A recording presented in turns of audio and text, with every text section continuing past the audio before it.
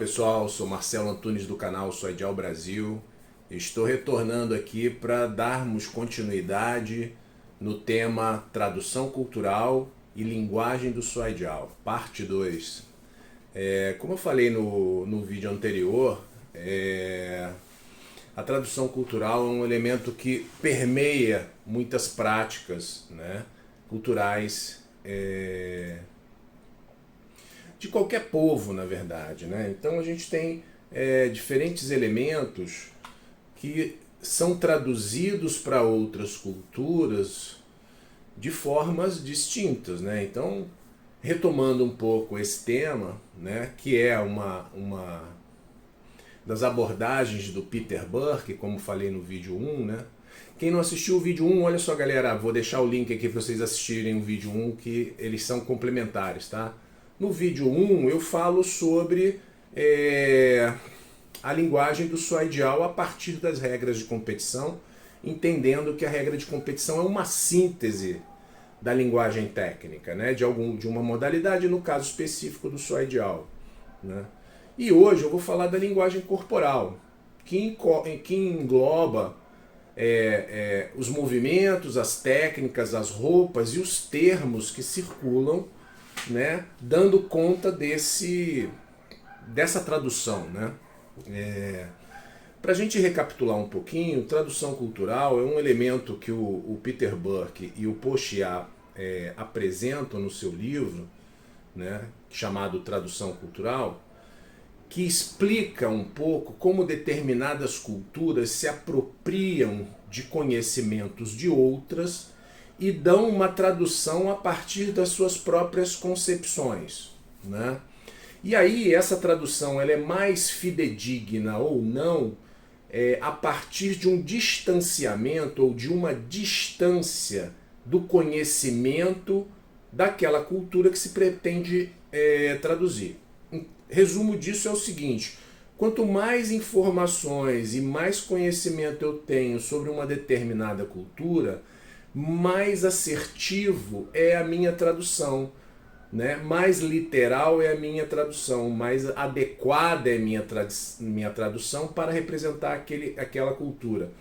Quanto mais longe o meu conhecimento, a minha experiência está daquele objeto que eu pretendo traduzir, né, mais difícil essa tradução se dá, passível de muitos equívocos, muitos erros, e inclusive passível de colocação, né, de pegar um determinado elemento que eu conheço muito de outras culturas e tentar encaixar nessa cultura, né? Isso acontece com várias coisas, não é só o caso do Soidial. Mas aqui especificamente a gente está falando do Soidial porque é um tema que me é caro, né? E que eu gosto muito de estudar e gosto muito de falar sobre ele, né? E gosto de ensinar também, então é uma coisa que acaba se misturando no processo. Bom, o vídeo de hoje tem essa perspectiva da gente falar sobre a linguagem corporal, né? E o que permeia essa linguagem corporal. Então, para introduzir essa perspectiva, a gente precisa entender que linguagem corporal é uma forma de manifestação de uma cultura, de um determinado grupo social, assim como a linguagem oral e assim como a linguagem estética, né?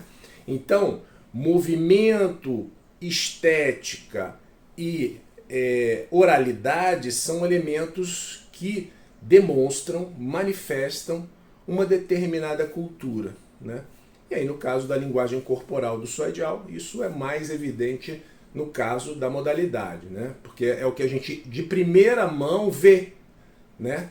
Então, pensando no movimento, né, a gente pensa num elemento básico que é o comportamento motor. Como a gente se comporta motoramente, fisicamente, né? O que a gente, para pegar um copo, para vestir uma camisa, né, para chutar uma bola de futebol ou para fazer um chute no saco de pancada, como é que esse comportamento se dá? E, de maneira geral, ele se dá a partir de aprendizagens anteriores, né? Então, se eu treino taekwondo e chuto um saco de pancada, eu tenho um comportamento motor específico, que é identificável. Se eu treino karatê, esse mesmo chute nesse mesmo saco de pancada tem uma outra conformação que eu também consigo identificar. Apesar de chute ser chute, existem comportamentos motores que são aprendidos e são internalizados que se manifestam na hora da execução do movimento.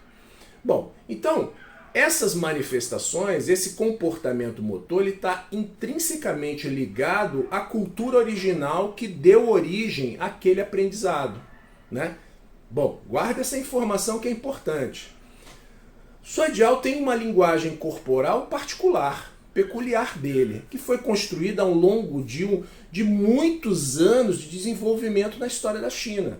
Não é alguma coisa que surgiu de repente, não é alguma coisa que é uma transposição do judô, não é alguma coisa que é uma transposição da luta greco-romana, da luta livre. Ele tem uma característica peculiar própria, que é permeada da cultura chinesa, histórica, de longa data, né? Então, para a gente pensar um pouco nesses elementos, um item que é importante para a gente identificar essas questões é como eu me relaciono com essa técnica, com esse comportamento motor, quais são os nomes que eu dou para ele, né? Como é que ele é intitulado, né? Então, isso precisa estar... na verdade, isso é a primeira coisa que a gente ouve, assim, a pessoa fala de uma técnica e aí às vezes você fica, pô, essa técnica é de onde? O nome não faz o link. Daí a importância da gente falar o nome das técnicas, né? Na hora da aprendizagem, né? A gente vai aprendendo. Eu tenho uma dica legal que eu dou para os meus alunos, que é a seguinte, cara. Olha só, toda vez que você executar uma técnica, você mentalmente fala o nome dela. Porque isso é um processo de ligar comportamento motor e cognitivo e conceitual. Então, assim, você tem um aprendizado conceitual e um aprendizado motor ao mesmo tempo. Daí, cara, o nome você decora sem menor problema. Já tive muitos alunos falando, não, esse negócio de nome eu não consigo. Depende do método que você ensina. Depende do que o professor pretende, né? Depende da seriedade do processo pedagógico, né? Do comprometimento com aquela prática que tem uma raiz e que você, por um motivo ou outro, pretende preservar. Bom, então assim, dada a dica pedagógica, né? Pô, não se esqueçam dela, hein? É interessante a gente ver que alguns termos tentam substituir coisas que não fazem sentido dentro do soidial, né? De novo eu falei de regra, mas de novo eu vou falar a questão da tal da regra perfeita, da queda perfeita, perdão. Né? O que é queda perfeita? Queda perfeita é uma extrapolação, é uma apropriação, na verdade, do ippon do judô. Olha como uma cultura tende a atravessar outra quando eu não domino essa outra. Né? Eu vou buscar elementos da minha cultura normal, cotidiana, daquilo que eu tenho contato mais durante maior tempo, para tentar pegar um elemento e inserir aqui. Né? Da mesma forma, termos como cair de costa. No soidial, cair de costa faz a menor diferença. Caiu, caiu. Né? Esse é o barato do soidial, é isso. Não tem caiu de costa, de lado, de frente, cabeça. Caiu, caiu. Então, caiu, meu irmão. A ideia é derrubar o oponente. Como ele vai cair, isso é um problema dele. Eu vou aplicar a técnica e ponto, acabou. A queda foi aplicada, o oponente caiu, beleza, ponto. Fim de papo. Né? Falso ataque. De novo, eu tô recuperando algumas coisas que eu comentei no vídeo anterior, mas para abordar a partir do aspecto cultural, né? Não a partir do aspecto da regra. Né? Então, por exemplo, cair de costa não interessa. Por quê? Porque o soidial, na sua origem, no seu cerne, ele não está preocupado como você vai cair, ele está preocupado que você vai cair. Então isso é da cultura soidial, é derrubar e pronto, acabou. Bom, passando para o outro, o tal do falso ataque. Ele fez um falso ataque, não sei o quê, e tal, não pode, punição. Isso tem nada a ver com o Soidial. Ó, o mestre Ma Jianguo, o mestre Li Baowu, com que eu tenho mais contato, o próprio mestre Yuan Zhumo, que está na França, que também tem um contato, eles falam o seguinte: o Soidial é uma prática de malícia, né? Ela é uma prática que visa enganar o oponente, inclusive, né, um dos repertórios para derrubar o oponente é enganar o oponente. Se eu pretendo culturalmente enganar o oponente, um falso ataque é tudo que eu posso usar para enganar, né? Olha só, galera, vou indicar aqui um livrinho bacana, que é o livro do Sun Tzu, A Arte da Guerra. Lá tem um monte de estratégias de guerra, de luta, né, que são da cultura chinesa, que ensinam esses elementos de enganar o oponente para pensar que eu estou indo numa direção e eu estou indo na outra, na verdade. Pensar que eu estou presente numa posição e na verdade eu não estou presente naquela posição, estou na outra, né? Isso é enganar. É o que os chineses, que os meus professores chamam de malícia. Malícia do Soidial, né? Malícia para jogar o Soidial. Então, cara, falso ataque nem se encaixa na cultura que permeia o Soidial, né? Outra coisa, Soidial é uma técnica, uma luta de movimentação constante, né? De troca, de esgrima. Então quando você olha o comportamento motor de dois lutadores que pegam o Jiaoyi, grudam no Jiaoyi, não largam quase nunca mais, achando que aquilo é o máximo, ele não está ali manifestando o jogo do Soidial, porque o jogo do Soidial é esgrimado, é troca de posição o tempo todo, né? Não é ficar numa posição fixa o resto do combate, achando que aquela posição é a posição mais segura. Não é. O movimento ele é importante, eu preciso estar em movimento o tempo todo e as minhas pegadas, os meus grappling ali estão mudando o tempo todo. Por isso que ela é conhecida como uma luta de grappling, né? De agarrar, e esse agarrar ele é fluido, né? Ele é constante para achar a melhor posição. E quando acha a melhor posição, eu preciso fazer o quê? Atacar. Então se eu acho a melhor posição e fico parado, rapaz, olha o comportamento motor ali dedurando que o cara não sabe o que fazer, né? Então, puxa vida, né? Então eu preciso me movimentar, eu preciso dar fluidez. Vamos lá, outra coisa. Peguei um termo, pincei lá um termo que quis dizer o seguinte. O termo é técnica do volante, né? Legal, técnica do volante, beleza. A técnica do volante, ela surge ali como uma técnica de derrubar, né? Técnica de volante, na verdade, ela é uma metáfora. O volante é uma metáfora de uma utilização de força que é estudada na biomecânica do Soidial, que chama Liu, que é o que? Força circular. Ou seja, eu uso essa força para promover determinado movimento que favorece a aplicação de uma determinada técnica. Então o volante, ou a metáfora do volante, ela quer dizer que é um elemento biomecânico do Soidial e não uma técnica, né? E assim, tá aí uma outra tradução equivocada, porque eu coloco o volante como uma técnica de derrubar, mas ela não está dentro dos 36 princípios básicos do Soidial clássico, né? Aliás, todo mundo que fala do Soidial clássico, tradicional, isso e aquilo, deveria saber quais são os 36 princípios, né, elaborados, né, no século passado por um cara chamado Man Baozhen. Bom, dito isso, vamos lá, seguindo em frente, né? Talvez eu fique um pouco repetitivo, mas depois vocês comentam aí embaixo. Pô, professor, você já falou aquele negócio e tal, enfim. O tal do bombeirinho. O que é o bombeirinho?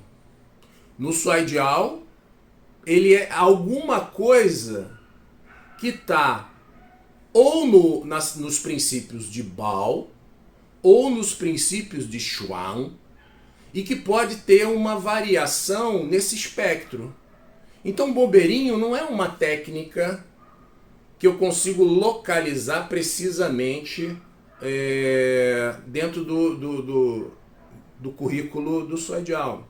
Bombeirinho é uma apropriação, né, da luta livre, não da luta livre olímpica, mas daquela luta livre brasileira aqui, que é uma derivação do jiu-jitsu, tá? Então, e que é muito usado na linguagem popular das lutas de grappling no Brasil, né? Então, assim, é outra apropriação que eu vou lá numa outra modalidade que é comum no Brasil, que é muito usada no Brasil, e trago para dentro do Shuai Jiao. Por quê? Porque eu não lembro ou não aprendi o nome correto da técnica utilizada, né? E aí eu faço essa tradução, assim, eu pego um elemento dali, jogo aqui e vou construindo esse mosaico, né, que é um copia-cola, para tentar construir o meu campo de conhecimento, né?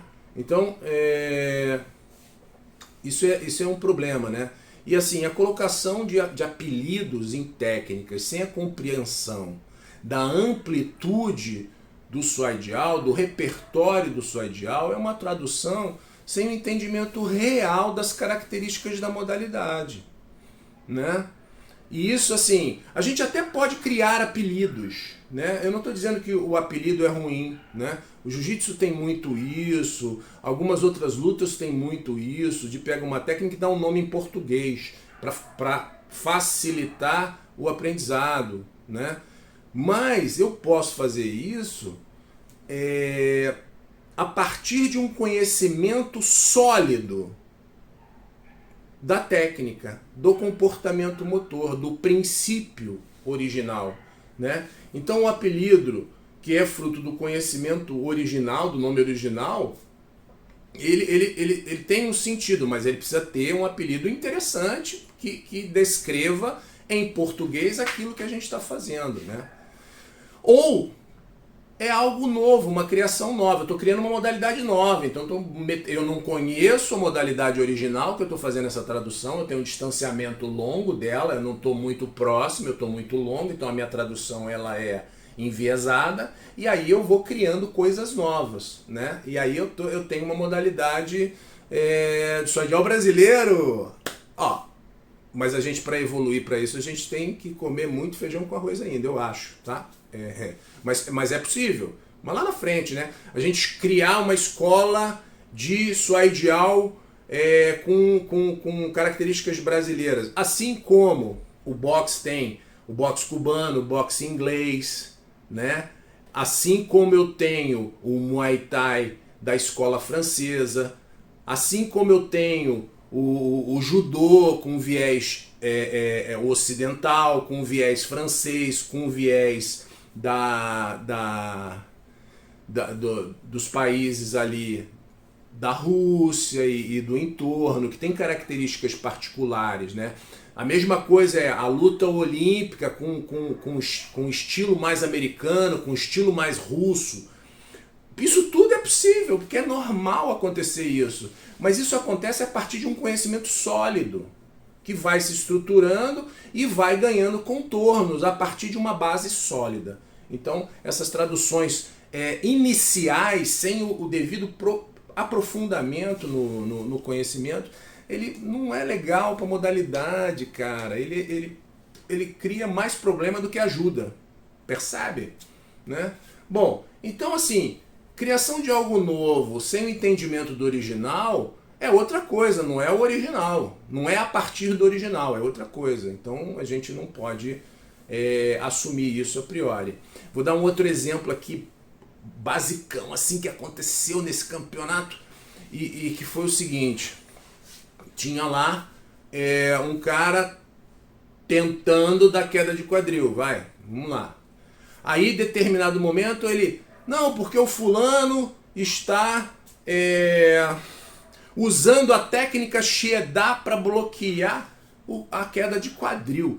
Eu falei, caramba, olha só, um parênteses aqui, rapidinho. Eu sou professor de Baoding também, dessa linhagem de Taiwan, tá? Eu me formei originalmente aí, então eu sei o que eu estou falando. Tá? Sei bem o que eu estou falando. Sheda não é técnica de bloqueio. A tradução de Sheda chama ataque diagonal. Ele é uma movimentação diagonal que inclui um corte de perna para derrubar, ou seja, ele não é uma técnica de bloqueio. Nunca foi e nunca será. Mesmo que eu fale que isso é uma técnica de bloqueio que impede uma técnica de quadril, tá? Você vê como a coisa acontece, né, gente? Numa boa, né? Eu quero o melhor para essa modalidade, eu amo essa modalidade, mas eu preciso que as pessoas também amem essa modalidade, cara. Que eles respeitem a modalidade. Vamos respeitar a modalidade, gente, por favor, né? Vamos procurar as fontes, vamos aprender com quem sabe, né? Pra gente não cair nessa, né? Vamos aprender com quem sabe, gente. Hoje está muito fácil escolher professor, está muito fácil escolher escola. A gente mapeia rapidinho quem sabe e quem não sabe, né? Então, vamos amar a nossa modalidade, gente. A nossa modalidade precisa de tanto da gente se envolver seriamente com ela. Outra coisa, vamos lá, seguindo em frente, né? Outra coisa é o tal do Lei Tai. Vamos falar, ó, Lei Tai, plataforma de luta, tá? A tradução direta, assim, literal. Plataforma de combate, beleza, combate, legal. É isso aí. Isso foi criado na dinastia Ming, tá? Eu disse que eu não ia falar, mas vou falar. Na dinastia Ming. É um termo que surge na dinastia Ming. Inclusive está naquele livro bacana que fala também sobre o Sua Ideal, que chama A Margem do Rio, A Margem da Água, né? Que fala, e tem alguns outras traduções, né? Os bandidos do Rio, tem umas traduções assim. Mas é um clássico chinês, um dos clássicos chineses que a gente tem que ler. E ele conta várias histórias de pessoas ali da dinastia anterior, da dinastia Yuan, da dinastia Ming, e tem lá um monte de gente que é retratado nesse livro. Inclusive eles falam de lutas importantes, famosas, que aconteciam em cima do Lei Tai. Esse termo ele surge nesse período, né? E é uma plataforma alta que, virou um ícone da arte marcial chinesa. Mas ele se consolidou para as técnicas de chute-soco. Porque para o Sua Jiao é no chão, não é na plataforma. Historicamente não é na plataforma, né? E oficialmente não é na plataforma, né? Oficialmente, culturalmente não é na plataforma, são nos jiaoquan, nas rodas, e oficialmente é na roda, embaixo, no chão, no jiaoquan, não na plataforma. Então, pegar a plataforma, eu estou pegando uma cultura do Sandá e estou tentando enfiar dentro do universo do Sua Ideal. Gente, coitado do Sua Ideal, né? Tá apanhando muito, puxa vida. Outra coisa, vamos lá, seguindo em frente, na velocidade, né? Trocando ali as pegadas. Vamos pegar agora no uniforme. Cara, o que fora essa coisa de cada um vestir de um jeito, né? O que é o nome correto do uniforme, né? Por que o nome é Jiaoyi? Por que o nome é Dalian? Por que o nome é esse, né? Preciso saber por que o nome é esse, de onde surge esse modelo aqui bonito, bacana, com a loginho do nosso grupo, ó, Sua Ideal Brasil. De onde vem esse modelo, né? Precisa estudar para saber. Por que Dalian é o nome tradicional e Jiaoyi é o nome de Beijing? Mas aí Dalian é o nome tradicional de que Sua Ideal tradicional? E onde está o nome Bindan? Que é outro nome antigo, né? Que está lá na história do Sua Ideal. Vocês vão aprender isso no livro que eu estou escrevendo, que eu vou lançar ano que vem. Se liga, hein? O que é suaidial tradicional? Né? Vamos começar a fazer umas perguntas interessantes. O que é suaidial tradicional? Qual é o nome do Diauí para o tradicional e para o moderno? Qual é o suaidial moderno? Né? Onde está escrita essa diferença? Né? Como é que eu me aproprio dessa diferença? Quais são as características de um e de outro? Né? Qual referência saiu isso? Né? Quem falou esse negócio? Né? A partir de que conhecimento? Né? Porque na literatura eu não achei ainda. Se você achar, pô, me dá um toque. Eu sou um aluno aplicado. Se você souber, pô, me diz aí. Eu vou ficar felizão, cara, porque informação nova, informação fidedigna é tudo que a gente precisa para nossa modalidade. O nome do Diauí é só da escola de Beijing? Por quê? Então qual é o nome do Diauí ou do uniforme da escola de Tianjin? Ou da escola de Shanxi? Ou da escola de Nanjing? Ou da escola de Shanghai? Ou da escola de Shandong? Ou da escola de Jinnan? Quais são os nomes? Qual é a diferença? Né? Então, assim, a gente tem que entender que nomes para roupa de suaidial existiram muitos na história chinesa, né? Que vai depender da etnia, vai depender da região, da prática. Inclusive tem região que não tem o colete. E aí, como faz? Ele não é um suaidial tradicional? Ele não deve ter o nosso respeito, né? Então, assim, e depende da época também, né? De que época a nomenclatura vem, né? Então, assim, desde 1954, com a padronização de vários elementos culturais da cultura esportiva corporal chinesa, né? Inclusive o Wushu moderno sai desse movimento de 1954, o nome padronizado é Diauí. Né? Não importa a região, não importa a escola. Nome oficial chinês é Diauí. Né? Isso não quer dizer que quem fala Diauí é de uma escola antiga, moderna, porque na verdade isso não está em jogo. Né? O que está em jogo é o suaidial. E o suaidial tem uma linha de desenvolvimento histórica gigantesca que permite essas variações que a gente entende. Né? Bom, pessoal, é isso que eu tinha para falar para vocês, né, do ponto de vista da tradução. Pensem com carinho sobre quais os nomes que vocês usam, como vocês se apropriam das técnicas, né, como vocês treinam, com quem vocês treinam, o que vocês querem da modalidade. Né? Querem conhecer a modalidade? Gente, procura professores bacana. Olha só, tem inclusive nos Estados Unidos tem gente muito boa, na Europa tem gente muito boa, é pertinho, dá para ir, é mais fácil. O engajamento na aprendizagem da modalidade, ela é muito importante. Né? Todo mundo fala de tradição nas artes marciais, mas na hora de treinar, de aprender, precisa ter isso na cabeça também. Né? Porque aí a gente aprende os fundamentos da modalidade sem ficar misturando com um monte de coisa, tentando fazer um mosaico de traduções a partir de conhecimentos que nem sempre são fundamentais ou suficientes para fazer essas traduções. Ok, pessoal? Bom, fico à disposição aí de vocês, qualquer coisa comenta aí que eu tento responder na medida do possível. Espero que vocês tenham gostado do vídeo e que esse vídeo tenha feito um pouco vocês refletirem mais sobre o suaidial e a sua cultura e como vocês fazem traduções para as suas práticas. Ok? Se gostaram, dá um like aí que a gente fica feliz e se inscreve no canal porque vocês vão receber sempre notícias novas da nossa produção, ok? Um abraço e até o próximo vídeo.